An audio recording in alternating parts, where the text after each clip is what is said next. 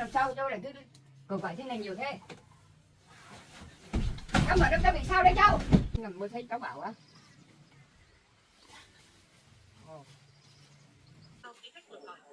Một cái nó có lại cho bao à? Rồi, tôi đã hiểu rồi. Thế thì chồng đi được 2 ngày rồi. 2 ngày rồi. Tên của bạn chồng chị là Chiến. Anh này thì tôi chưa nghe tên bao giờ, chắc là người không phải ở vùng này. Thì vợ của anh Bảo có đến trình báo là anh Bảo đi công tác, nhưng mà hiện tại anh đã về nhà, nhưng anh Bảo lại không thấy về. Bọn em có phải đi công tác đâu anh? Bọn em đi mua thiết bị y tế mà. Thế thì trong quá trình đi thì có xảy ra vấn đề gì không?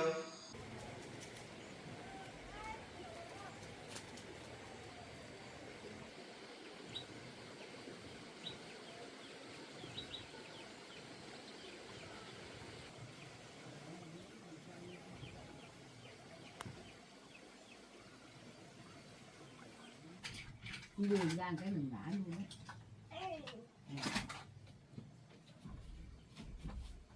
Đá rồi. Đá.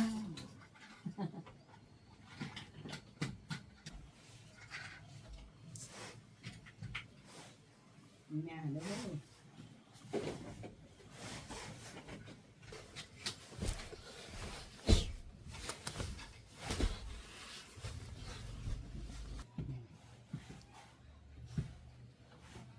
Cháu mở nơi cháu bị sao đây?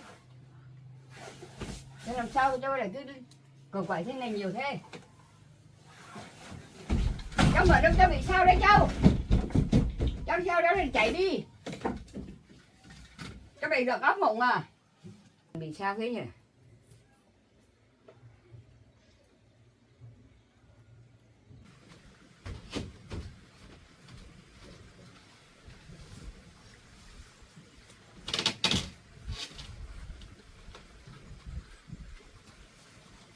Cháu mở nơi cháu bị sao đấy?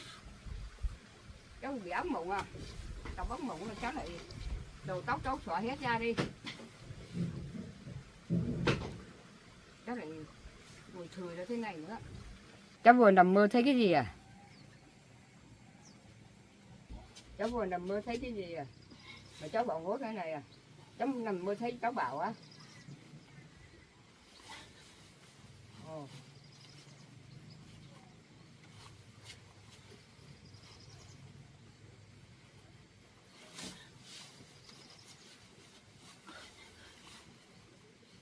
Không sợ nhiều đó cháu ạ.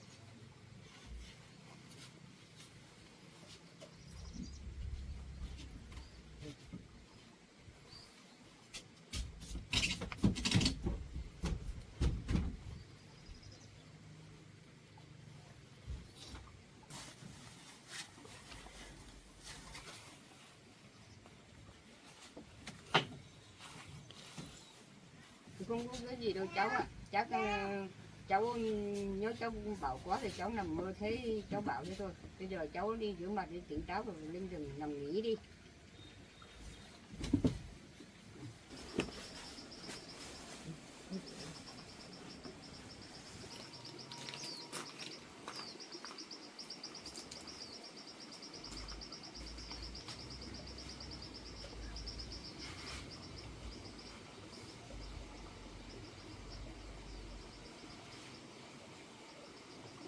Cháu Bình ơi, chắc cháu bảo chưa kịp về thôi, không có chuyện gì đâu.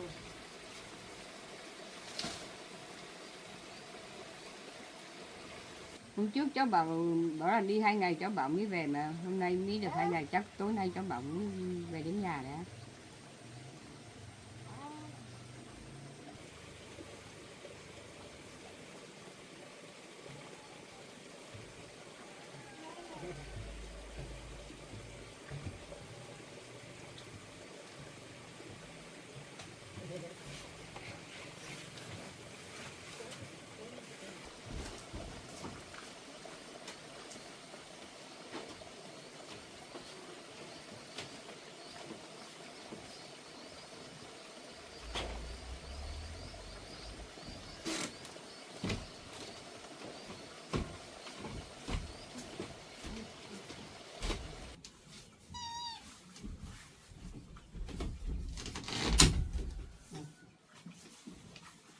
đi đâu đấy?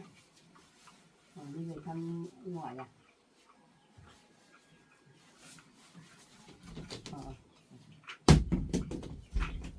Rồi đấy nhé.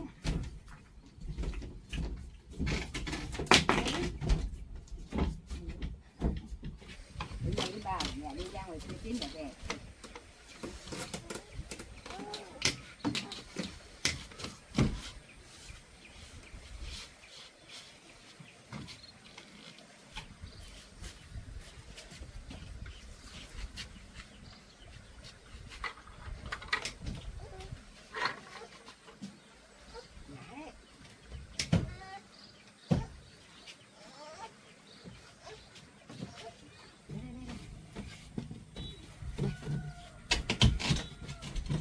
Ôm đi, ôm một tí thôi.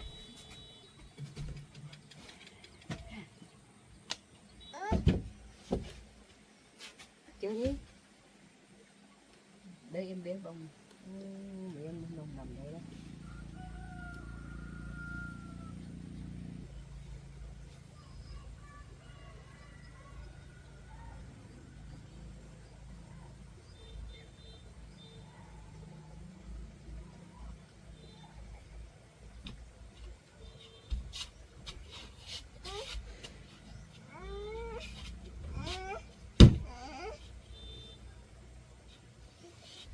Có bông đỉnh lắm.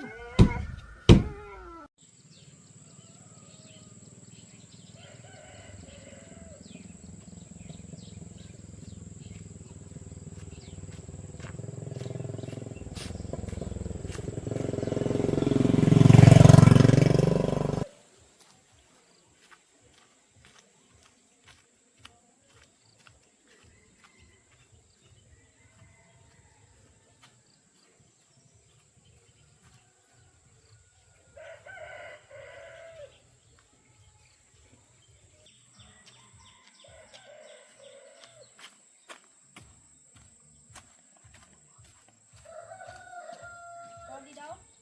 Thế về đi. Người ta không đúng gì thằng.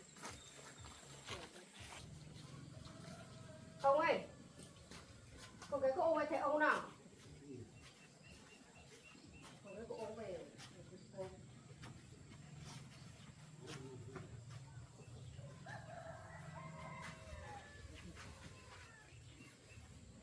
Về đây xem ông cái cô ông có cái gì nào?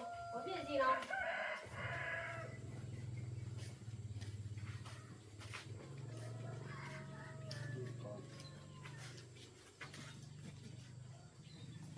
Chuyện gì hả? Con gái cha có chưa hiểu hết về thì ông thôi. Cái gì hả?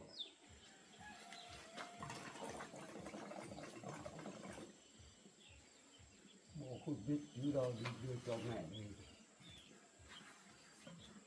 Đấy, con gái có ông bò còn điện cho con rể. Cho con rể đấy. Biết có không? Không biết gì. Con nghe con nó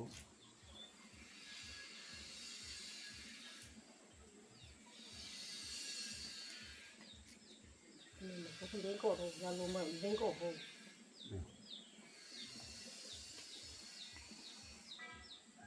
sau này gọi cho con rể nó đi xa, Con rể của ông nó đến là sai rồi. không gọi điện xem nào. Ủa, không được đâu. Nó cứ bao rồi.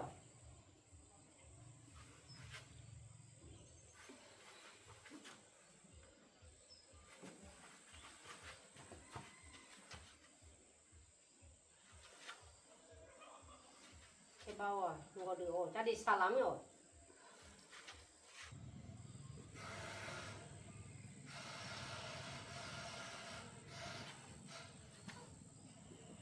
Không còn được đâu. Bao cái gì Sao hả? không còn được nhỉ?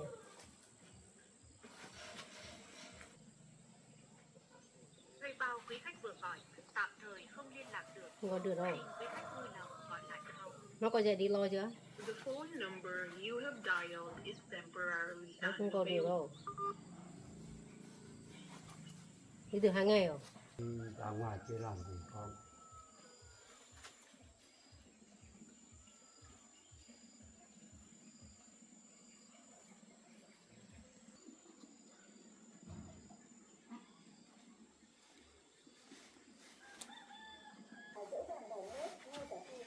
Thế thêm bà nó đi mua đồ thôi ông à? Nó về rồi. Bạn nó về, cha nó chưa về bố. Cho nó chưa về đấy nhá. Về rồi.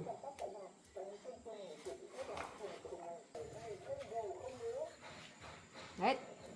Thế bà nó đi mua đồ thôi. Nó bảo nó về rồi. Nó có gì có ông nó chưa về.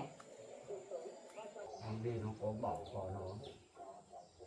Ta nó bận cái gì nó mới lo này hả con. Chắc thế này rồi, nó chưa về thì thôi. Nó mới chưa về thôi, bạn nó về trước, nó chắc nó chưa về. Chưa mua được cái gì. Tạm bộ đâu con. Nó không về không mà. Để nó lại thuê bao.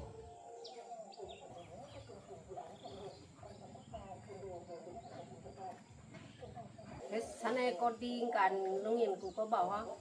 Cả. Thế về nó không bảo nhau về à? Thế bộ có về trước rồi. Thế mày cũng không biết được.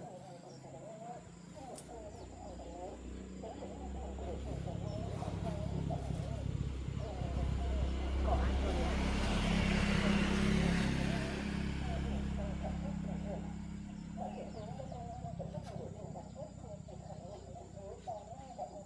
Cái này á?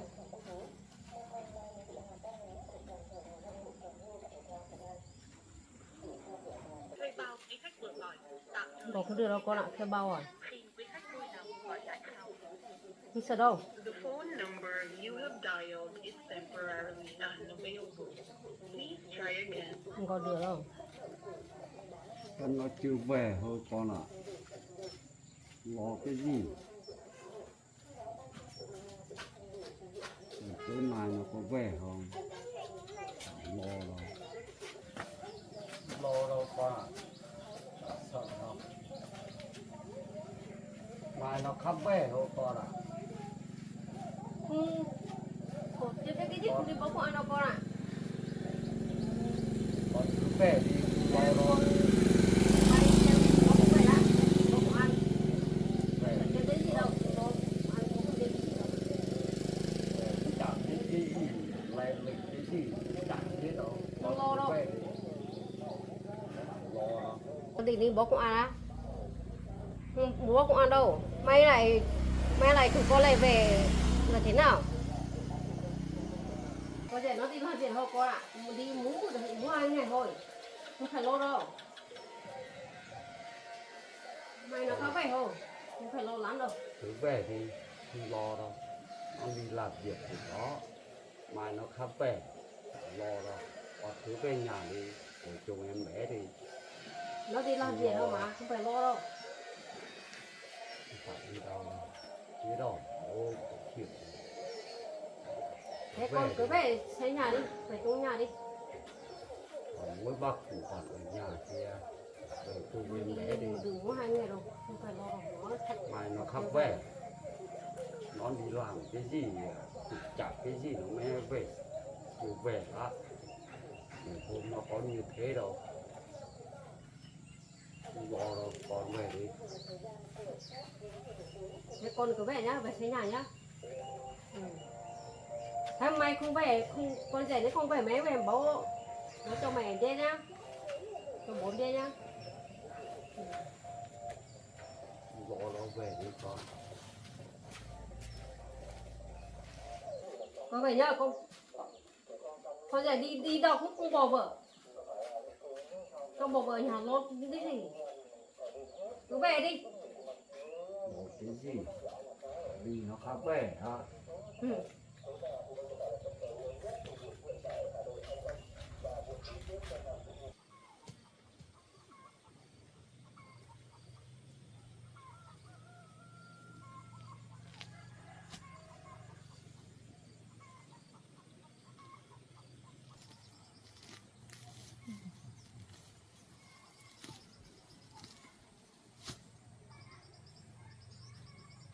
không biết, cháu bảo đi lấy dụng cụ y tế chưa thấy về, nhìn thấy cháu Mận như thế cháu Mận cũng lua, bà cũng lua lua đó.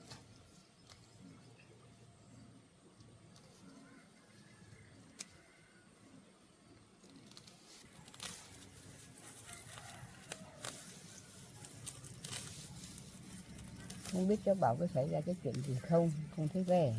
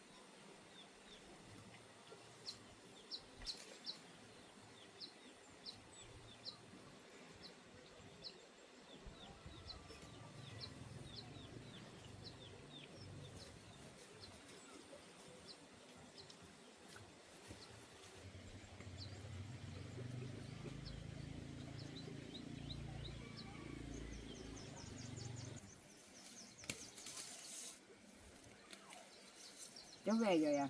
Cháu về lúc nào đấy? Cháu về rồi à?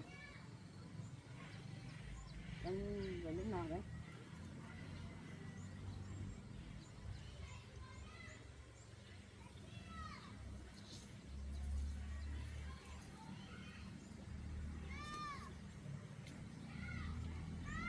Sắp tối rồi, bọn chưa thấy cháu Bảo về để cháu Mận về.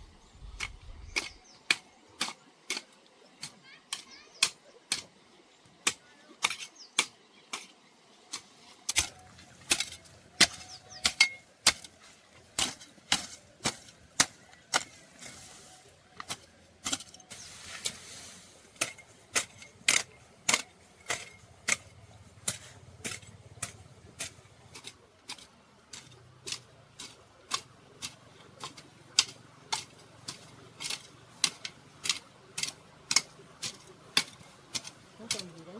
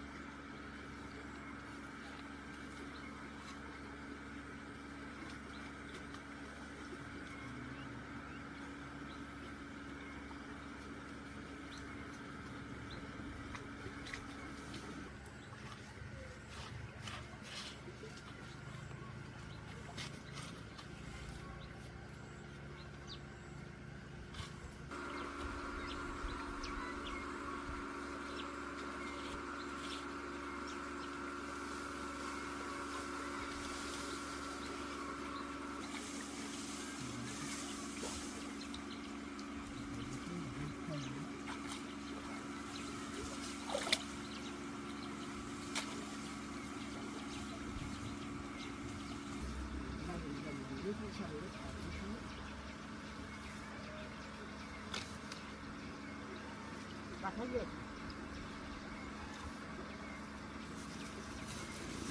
bố đi không biết đi giúp của bà đấy. Rồi.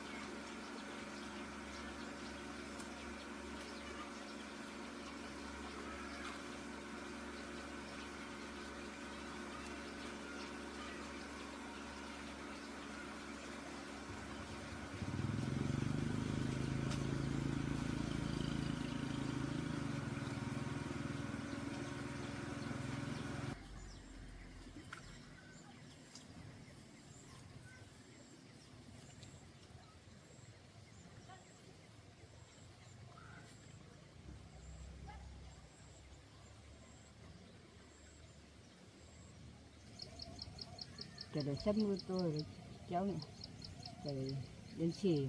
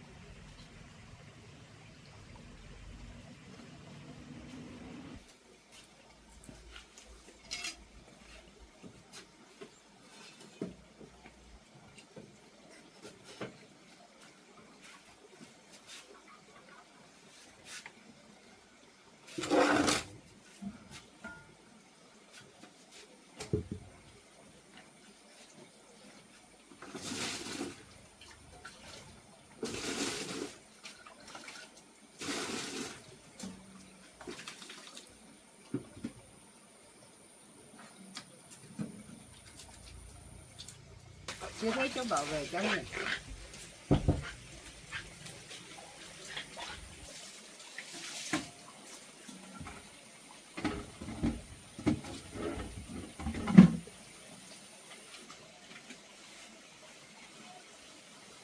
Cháu bảo đến bây giờ chưa về, bà còn thấy lua lua đấy cháu ạ. Bây giờ cháu đi bác công an. Cháu đi với cái cháu đi cùng đi cháu bảo sao mà mình cháu ấy là về trước mà cháu bảo để cháu chưa về.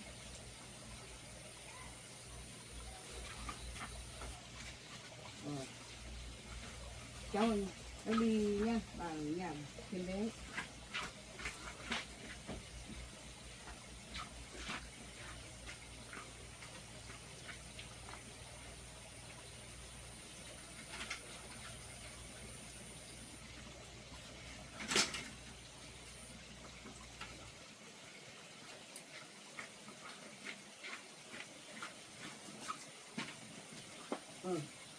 Cháu cứ đi.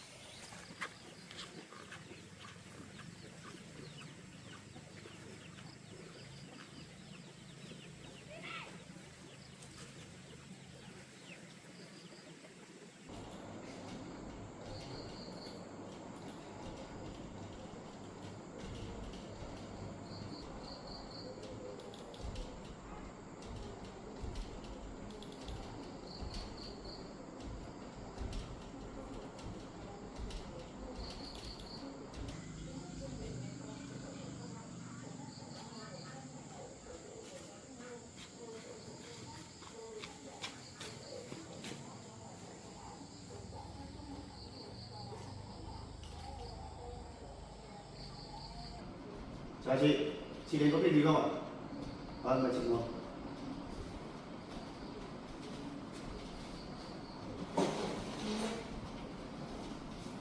Chị ngồi lên ghế trên này để có gì để báo cáo với trình bày đi, ngồi lên trên này.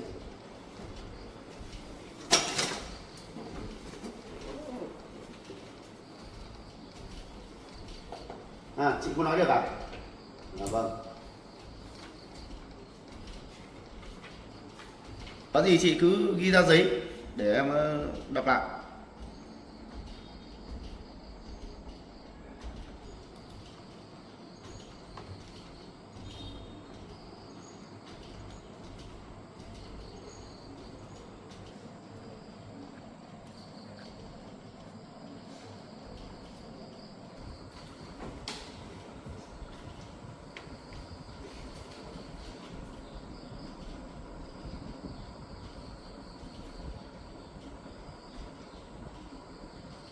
Rồi, tôi đã hiểu rồi.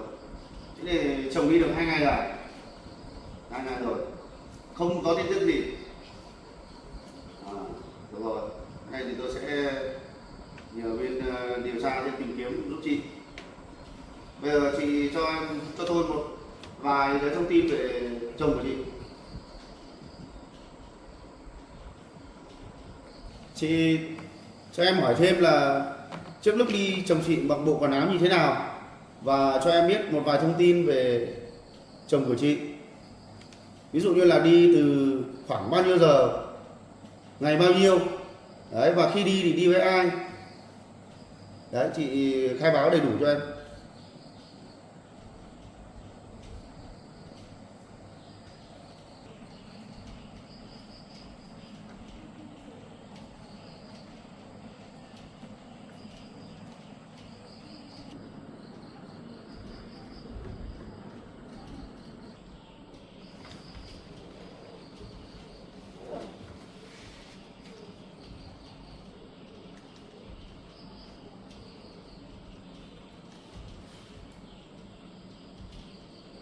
À, chồng của chị là anh Bảo à?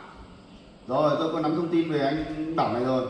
Chồng chị làm ở phòng khám tư nhân, đúng không ạ? Rồi. Cái này là tôi sẽ nhờ một số đồng chí công an điều tra lại giúp chị. Đó, nhờ lại chị.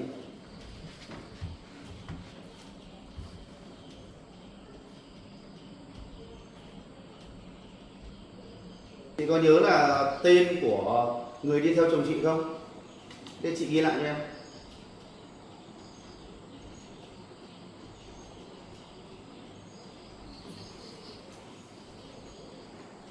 À, tên của bạn chồng chị là Chiến. Anh này thì tôi chưa nghe tên bao giờ, chắc là người không phải ở vùng này. Vậy thì tôi sẽ nhờ một số chiến sĩ công an điều tra lại cái lai lịch của anh này. Gửi lại chị. Alo, đồng chí Hằng à? Vâng, tôi là Phương ở bên công an tỉnh. Hiện nay là có một cái công dân đến trình báo là anh Bảo là đi vắng 2 ngày hôm nay không về nhà. Thế thì trước khi đi thì chị vợ của anh ấy có báo cáo lại là đi với anh Chiến ở chỗ địa bàn của đồng chí, thì nhờ đồng chí điều tra lại cái lý lịch của anh Chiến để giúp tôi với. Chiến bạn của em Bảo À, thế nghe chị kể lại gọi là Chiến bạn của bác sĩ Bảo đấy. Rồi. Thế là tôi biết rồi. À, thế đồng chí có thông tin thì gửi lại cho tôi để tôi liên lạc với anh Chiến thì. Được rồi, có gì tôi gửi số điện thoại cho. Rồi, cảm ơn đồng chí. Vậy đồng chí có gửi luôn cho tôi để tôi giúp chị này tìm chồng. Cảm ơn đồng chí.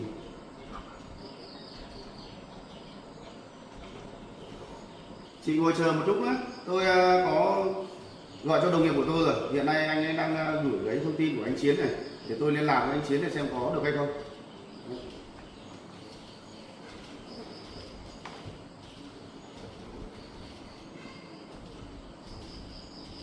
chị đi tận 2 ngày rồi đến giờ mới đến khai báo, sao không khai báo sớm một tí?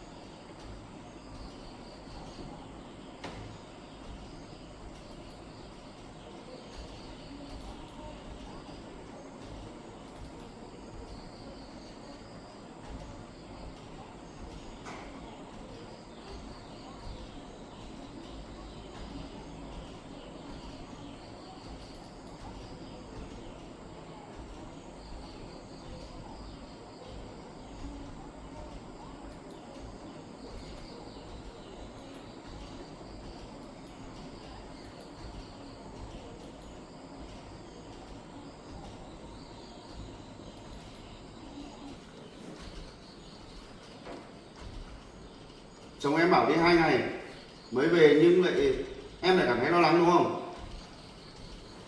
À, gọi điện thì không liên lạc được.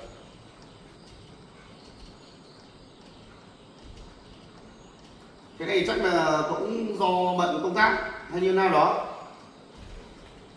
Rồi, thế đây này, đồng chí công an mà tôi vừa gọi điện là đã gửi thông tin của anh Chiến đây rồi. Thế để tôi gọi lại cho anh Chiến xem là chồng chị bận công việc gì hay là xảy ra việc gì thì tí nữa sẽ rõ nhá, chị yên tâm nhé. Chị ngồi đợi tôi tí.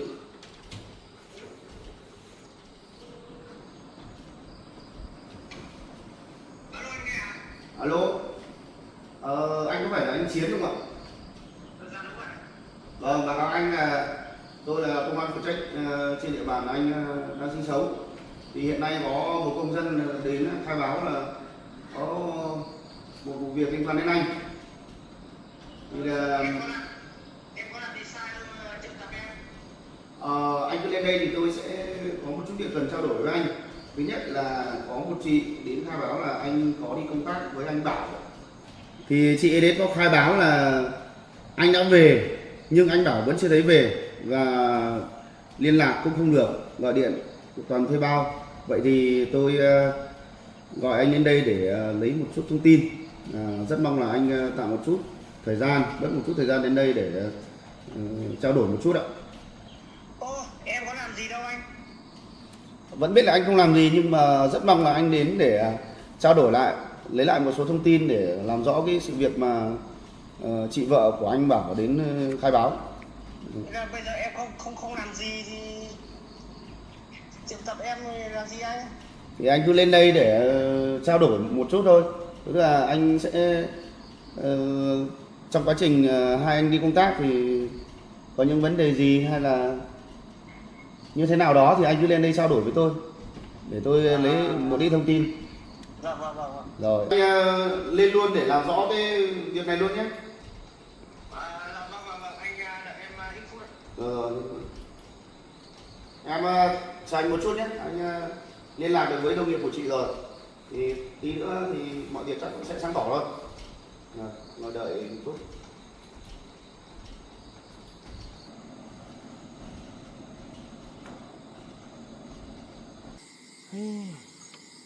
Đang chuẩn bị đi nhậu với mấy đứa bạn, tự nhiên công an lại gọi vào giờ này nhỉ?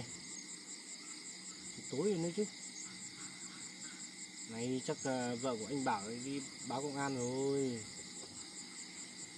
Chắc vụ này căng rồi.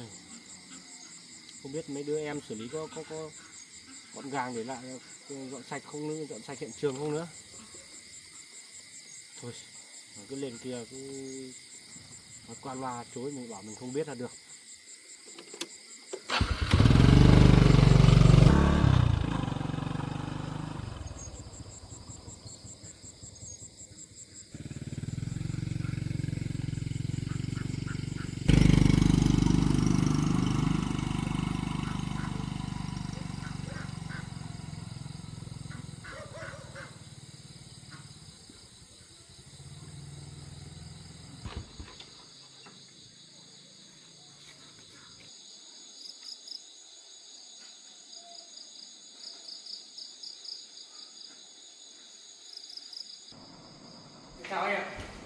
Rồi, chào anh bảo. Mấy ngồi đi. Qua báo cáo anh là hôm nay cũng triệu tập anh đến đây thì có sự việc như sau. Chị vợ của anh Bảo có đến trình báo là anh và anh Bảo đi công tác, nhưng mà hiện tại anh đã về nhà nhưng anh Bảo lại không thấy về, thì chị vợ của anh Bảo rất là lo lắng thì cũng đến nhờ chúng tôi triệu tập anh đến đây để lấy một chút thông tin về anh Bảo. Bọn em có phải đi công tác đâu anh, bọn em đi mua thiết bị y tế mà. À thế à? Thế thì trong quá trình đi thì có xảy ra vấn đề gì không? Và đi những nơi nào? Anh vui lòng anh kể lại chi tiết quá trình mà anh với anh Bảo đi mua sắm thiết bị y tế. Bọn em đi có xảy ra gì đâu anh, bọn em đi mua thiết bị là bọn em là xem được rồi, mua được rồi là bọn em chuẩn bị về thì anh bảo là anh còn một chút việc riêng để anh đi xử lý, thế là bảo em về trước, vậy em về trước. Có khi nào anh Bảo cũng xử lý việc của anh Bảo chưa xong nên chưa về không anh? Có khi nào là anh Bảo hết pin thì sao chị? Em đã bảo chị từ sáng nay rồi, anh Bảo đi làm việc riêng của anh Bảo thì xong việc anh Bảo không về thì chị chưa gì đã đi báo công an rồi. Cái này thì ảnh hưởng uy tín của em lắm đấy. Ý chị là gọi không được đúng không?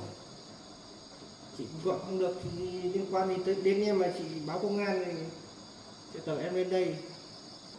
Trong quá trình đi là chỉ có hai anh thôi đúng không? Vâng ạ. À, thế thì trong quá trình trao đổi mua bán thiết bị thì có xảy ra vấn đề gì không? Có tranh cãi gì không? Không ạ, mọi chuyện xảy ra rất là thuận lợi anh ạ. À. Em với cả chú của anh Bảo đây là bọn em là cùng nhau góp vốn để mở phòng khám. Bọn em cũng gọi là khá thân, em cũng từng đến nhà của anh Bảo ở đây chơi mấy lần rồi.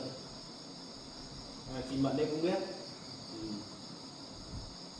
Còn cái việc mà anh Bảo chưa về này thì em cũng không biết là anh Bảo làm việc gì. Rồi. Anh chỉ nói với em bảo là anh đi làm việc riêng thôi. Này tại vợ của anh Bảo này rất là lo lắng quá thôi anh ạ. Anh Bảo thì chắc không xảy ra chuyện gì được đâu. Trước khi bọn em đi ấy, thì bọn em đã trao đổi ký với nhau là sẽ đi 2 ngày. Nhưng mà trong quá trình đi ấy, thì bọn em gọi là đến nơi mình mua bán ấy là bọn em gọi là chốt được thiết bị máy móc và bọn em về luôn, và không ở lại thêm nữa. Bây giờ anh khẳng định là hai người đi là mua thiết bị y tế là không xảy ra vấn đề gì đúng không ạ? Vâng. Sau khi xong việc là một mình anh đi trước. Vâng. Và anh Bảo có khẳng định là anh Bảo đi làm việc riêng của anh đấy đúng không ạ? Vâng. Rồi, cảm ơn anh đã cung cấp những cái thông tin về anh Bảo. Chị ạ, em cũng gọi đồng nghiệp của anh Bảo đến đây để cung cấp một số thông tin về anh Bảo rồi. Thì chị cứ yên tâm về nhà đi. Xong là nếu như mà ngày mai anh Bảo không về thì chúng em sẽ có cái phương án hỗ trợ chị tiếp theo. Chị cứ yên tâm về nhà nhé. Rồi, cảm ơn anh đã hợp tác. Rồi, chào chị.